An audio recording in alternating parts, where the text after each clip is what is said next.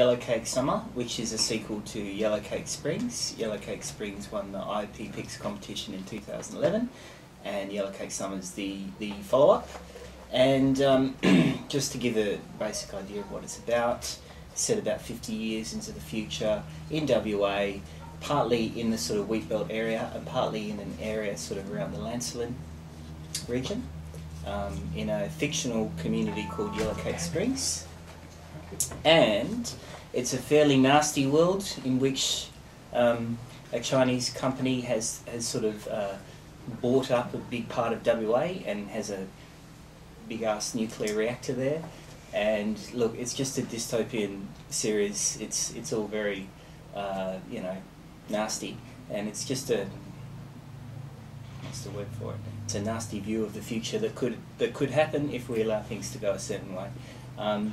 I feel like I should say at this point that I'm not against the Chinese people at all. Like, I've been a student of sort of Chinese history and literature for many years, but you know, this series was partly written in response to the Liberal government at the time, about 4 or 5 years ago, that wanted to allow uranium mining in WA and stuff, which they're all for, and you know, sell up whatever to the Chinese, whether it be farms or whatever else. So I was a bit worried about that.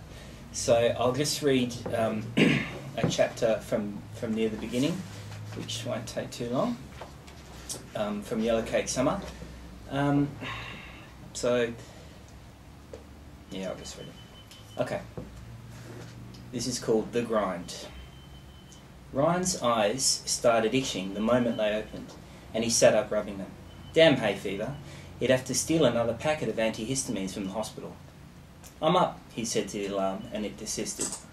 The readout said 5:30, Tuesday, November 8, 2061, a workday like any other.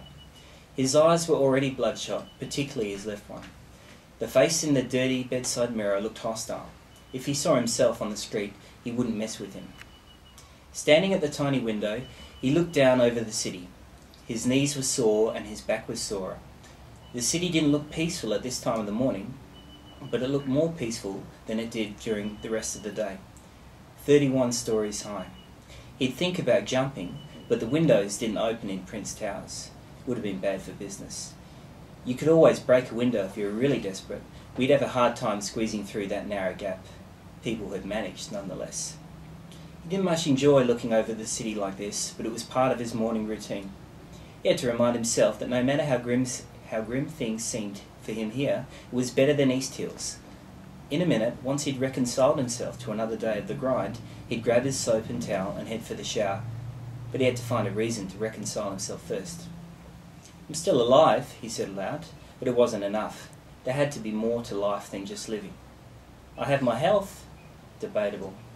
I could get a promotion from orderly to senior orderly at Regal Perth Hospital. That was his career path.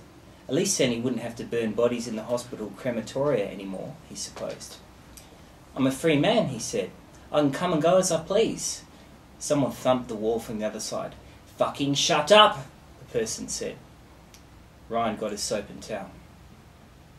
He liked to use the showers on the 33rd floor because they weren't normally as busy as those on his own. It was mostly junkies up here, and they didn't like to shower. But the water was always cold when you wanted it warm, and warm when you wanted it cold. He recognised a few less than friendly faces as he took his place in the queue. He shuffled along the threadbare carpet. The line of the women's showers down the dimly lit hall was far longer than the men's. The shower warden stamped his ticket when Ryan reached the front of the queue. He saw naked, pasty flesh and brown, dirty water swirling between grimy toes. He pulled off his itchy vest and dropped it into the laundry chute, and his underpants followed. Then he was under the intermittent spray, scrubbing furiously at his skin with soap and a bristly brush. In a matter of seconds, his allocation of water had been used, and another man made to occupy the space under the shower head.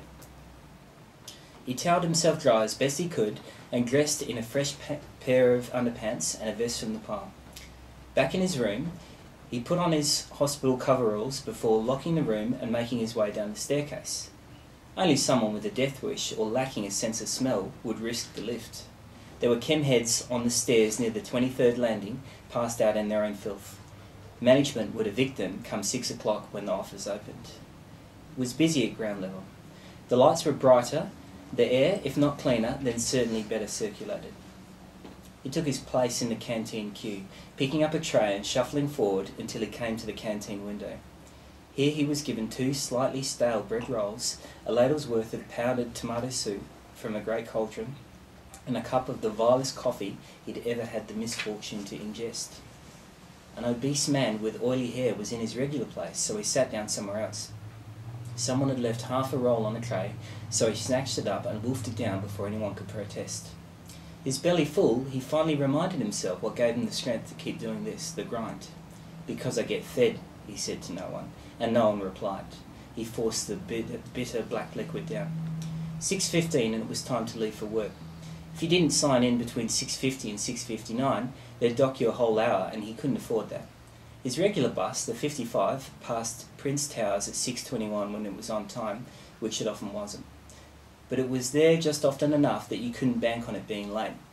He'd have to move his bowels at the hospital after he signed in. "Orion Saunders?" the young woman at reception called out as he hurried past. Could it be that she actually recognised him? Dumbstruck, he stopped and peered through the grubby window at her. "Mail for Orion Saunders," she said. She was barely out of her teens, and yet her teeth were as bad as his. "That's you, isn't it?" "Yeah." "Give me your card." Fumbling in his wallet, he spilled a range of cards out onto the desk. The Hub Nexus card, the most important one, was bright green. He handed it over.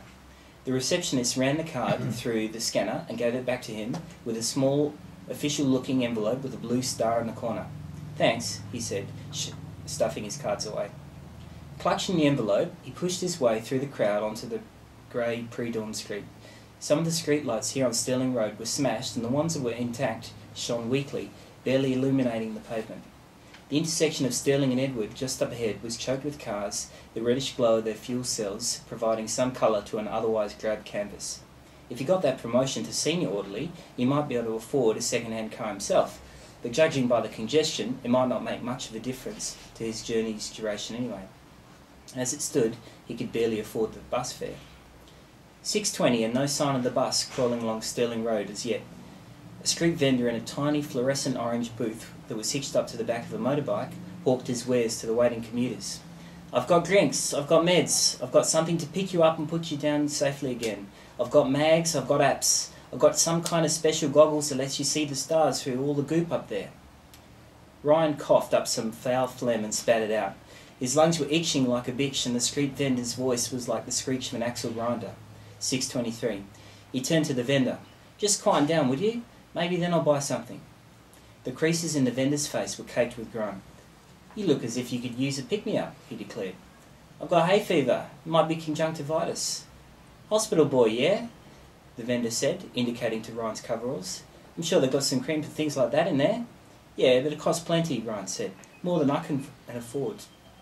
"I hear you, brother. Let me see." The vendor rummaged around in a plastic tub. "No creams, no ointments, no nothing," he concluded. "Looks like it's going to have to be a temporary fix. A booster will take your mind off of it for a couple of hours, set you back 200. 200? Ryan laughed. "You're going to have to lower your prices if you expect to sell anything in this neighbourhood. I'm going to pay 50. 50, the vendor spat. "I can't sell you a Band-Aid for that. Looks like you're going to have to grin and bear it. Wait here, I've got a better idea." "You're right. People aren't buying shit anymore. You could branch out into a little side business yourself if you catch my drift, hospital boy." "Sure," Ryan said. "I'll sleep on it. No, wait, I'll be sleeping in the street if I did that." "Nah, I'm serious," the vendor insisted, lowering his voice. "Swipe me some meds, pills, antibiotics, whatever you can lay hands on. Smart young guy like you. All the trolley boys are doing it." "I catch the 55 6 days a week," Ryan said. "How come I've never seen you before? This smells like a sting." "I used to be over on Main Street, but some hoods drove me out. This here's my new patch." "Better suck on a booster yourself then. There's my bus." 6:25. "Wait up," the vendor said. "Here, take a booster. It's on the house." Ryan held out his hand and accepted the narrow tube. "You're not a cop?" "If I was a cop, I'd want to hope I had something more important to do than busting the low-life trash spilling out of Prince Towers. They don't have a jail big enough." "Prince Towers is our jail. Thanks for the tube," Ryan said. He clambered onto the bus.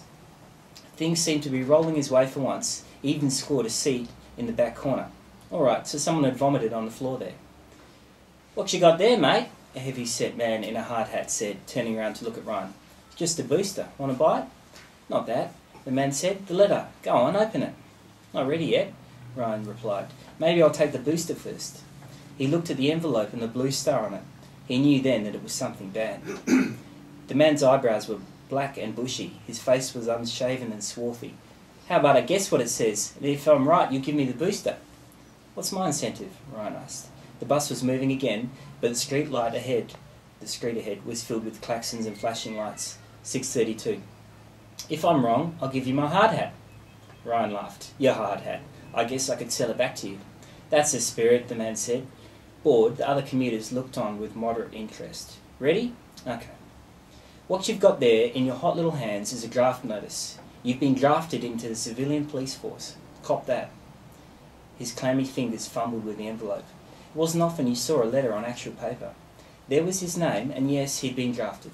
He handed over the tube and stared at the text, the meaning dissolving into a long sequence of unintelligible symbols. "Cheer up, buddy," the man said. "Look, that was a dirty trick, see?" Ryan looked up. The man held up an identical letter, except for the name and address. "That's your name, Marcel?" "Yeah. We even get to go to the same recruitment meeting. Here, take your booster back. I'm sorry I tricked you." Marcel came and sat down next to Ryan. He looked down at the vomit at Ryan's feet. "Whoa, did you do that?" "No, but I could now." "Tube will make you feel better. Mind if I do half?" "Take the whole thing." Marcel opened the valve and sucked down some of the odourless gas. Yeah. Your turn, Ryan." But he took the proffered tube and, after imbibing what remained of the booster, he felt a little better.